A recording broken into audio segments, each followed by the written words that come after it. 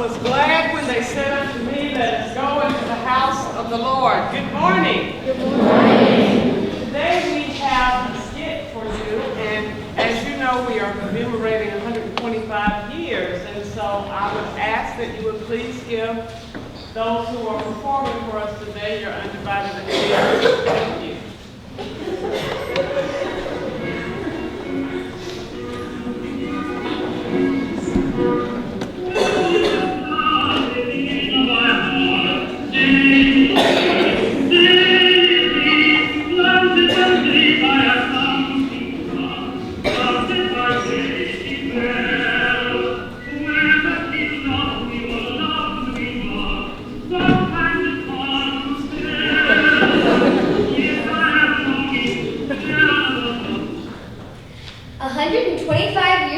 Virginia Randolph Ellett, our Miss Jenny, had a dream.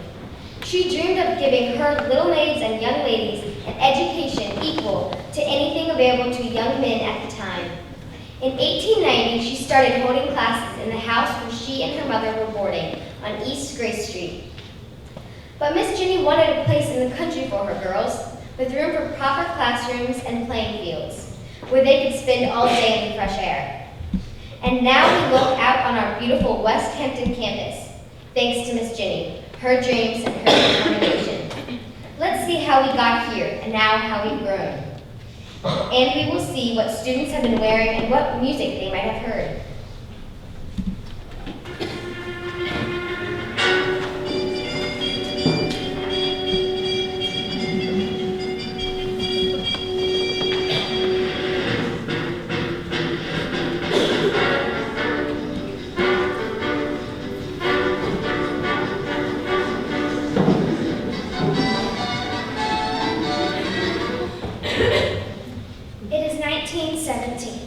Miss Jenny's girls and friends of the school raised money to buy 14 acres in Richmond's growing West End for a country day school.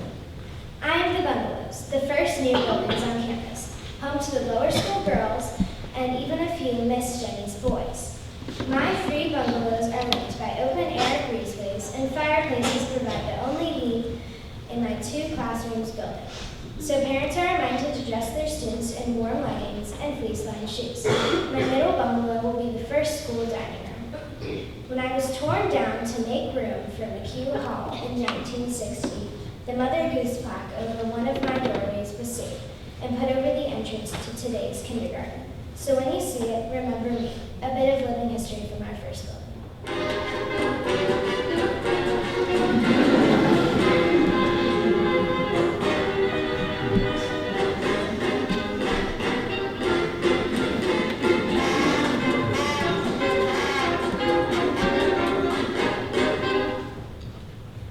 In 1920, the Virginia Randolph Ellett School becomes part of the Episcopal Church school system.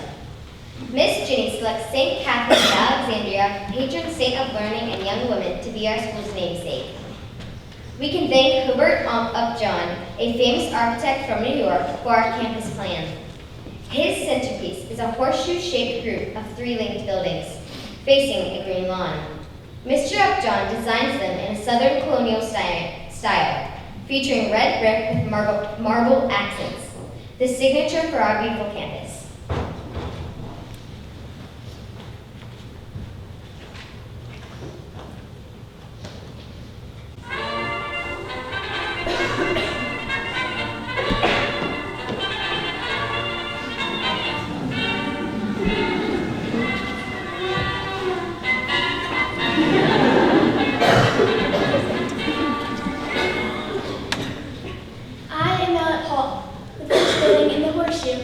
I'm named in honor of Miss Jenny. At my groundbreaking, Miss Jenny and then the representative of each class took a spadeful of dirt. This became harder and harder as the girls got smaller and smaller. I have dorm rooms for the first 12 boarders who live on campus, as well as a study hall and classrooms. For many years, I'll be home to Upper Study Hall, the homeroom for juniors and seniors. Each girl has a desk to keep her books in. We didn't have lockers or backpacks back then. From 1922 until 1952, I'll be the main entrance to the school. We have a lot more building to do before the Grove Avenue entrance can open.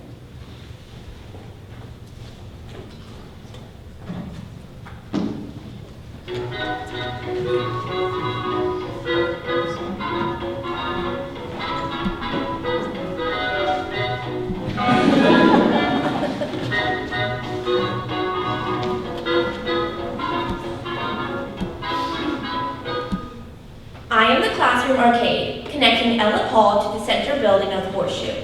In this picture, you can see how close my classrooms are to the number 9 streetcar line. The streetcar will stop right in front of the school until it stops running in 1947. The school day starts at 9:20, so the girls won't have to travel during rush hour. In 1927, Headmistress Louisa Bacote Brackett asked the boarders to contribute $1 for an unknown cause. She secretly has a chapel built under me, where the boarders will have their nightly prayers. Many of the special services you still observe were first held in this beloved chapel: the Christmas service, the candlelight, and ring ceremonies. Look around. Some of the artwork saved from the original chapel is now here in the entrance to Banner Chapel. In 1938, the second arcade is built to be the dining hall. The boarders have to dress up for dinner here, wearing their nighttime uniform, a supper dress in navy, maroon, dark green, and mustard. Hideous on everyone. Underneath me is a cafeteria for the day students. Each morning, the lower school day girls line up here for a milk and cookie break.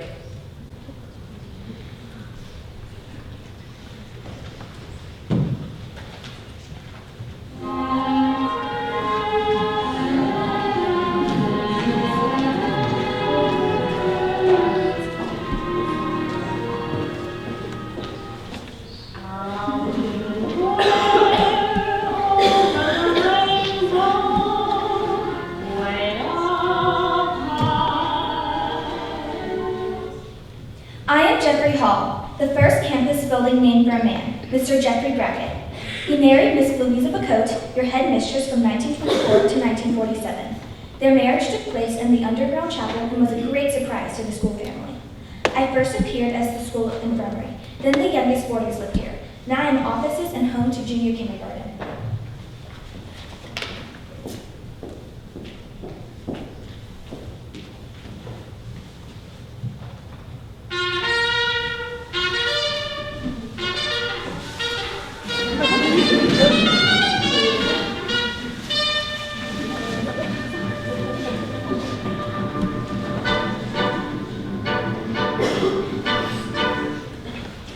First, I was known as the center building of the Horseshoe.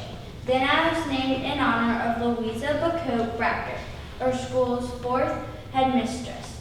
Miss Bacote was our great builder, and many of our important buildings were completed while she was in charge. Miss Bacote created the gold and the whites, the league, the candlelight, and ring ceremony. She gave us our school motto: what we keep we lose, and only what we give remains our own. She saw these words in a graveyard in a small chapel in England.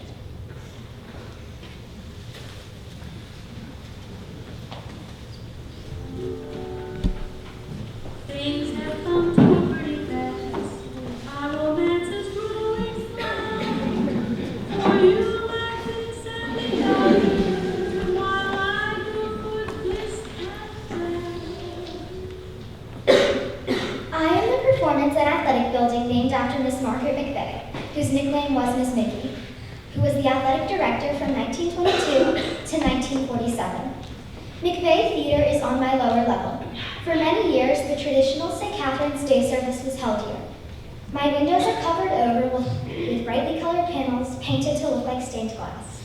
My upper level has our very first gym. Senior proms are held here with decorations made by the girls to disguise the fact that I am a basketball court.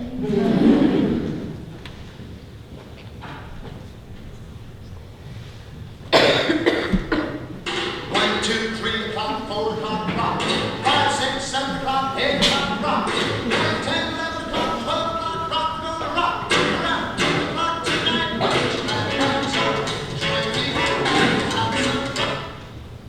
I'm Washington Hall. I'm the building that finally completed Mr. Upjohn's horseshoe plan. I'm named for Miss Hannah Fairfax Washington, director of the boarding department from 1924 to 1952, and a longtime house mother to the boarders. I was created to be home to the lower school. Every afternoon, red and white plastic mats would be rolled out, and the girls would have a rest period. The middle school lives here now.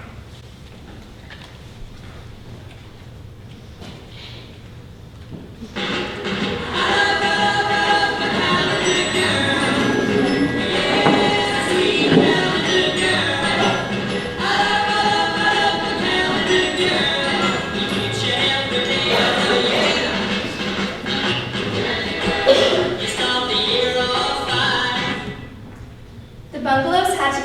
and a swimming pool filled in to make room for me, the new lower school building. I am named in honor of Mrs. Mary Ellen McHugh, head of the upper school from 1927 to 1959. Miss McHugh always reminded us that women rule the world. Remember to look for my Mother Goose plaque, which came from the old bungalows.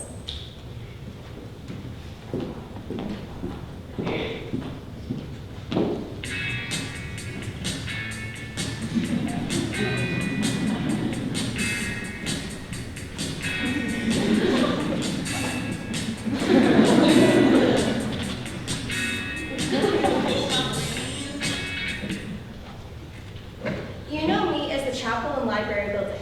I am named in honor of Miss Susanna P. Turner, headmistress from 1947 to 1965.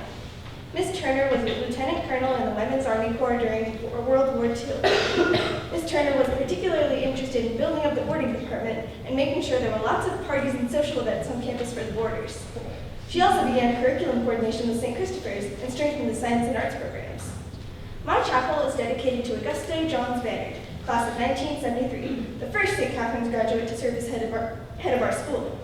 Mrs. Bannard was also the last St. Catherine's Day representative to wear the traditional gold silk dress and crown.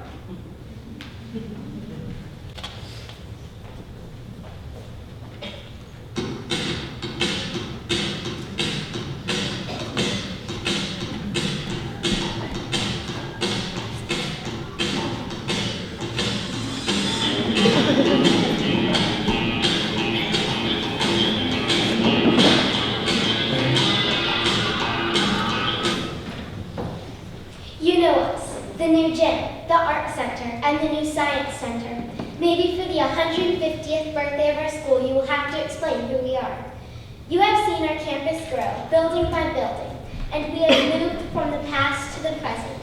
This is the third time this version of this building skit has been performed.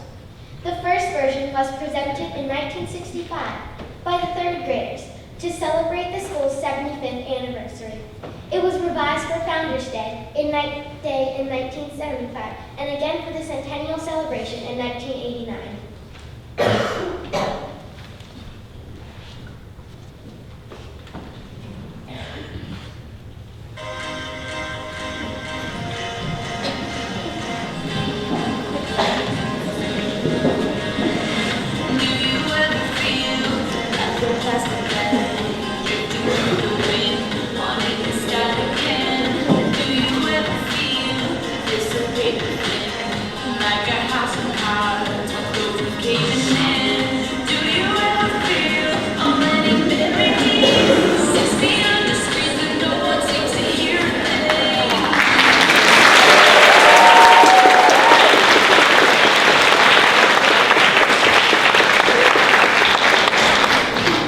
Looking back helps us know who we are. Knowing who we are helps us choose what we want to become. Be proud of us, your campus buildings. Take care of us. Call us by our names. Now we leave you, for the present, with the future in your hands. Who knows what will next appear on our beautiful campus? For surely Miss Jenny would want us to continue to dream.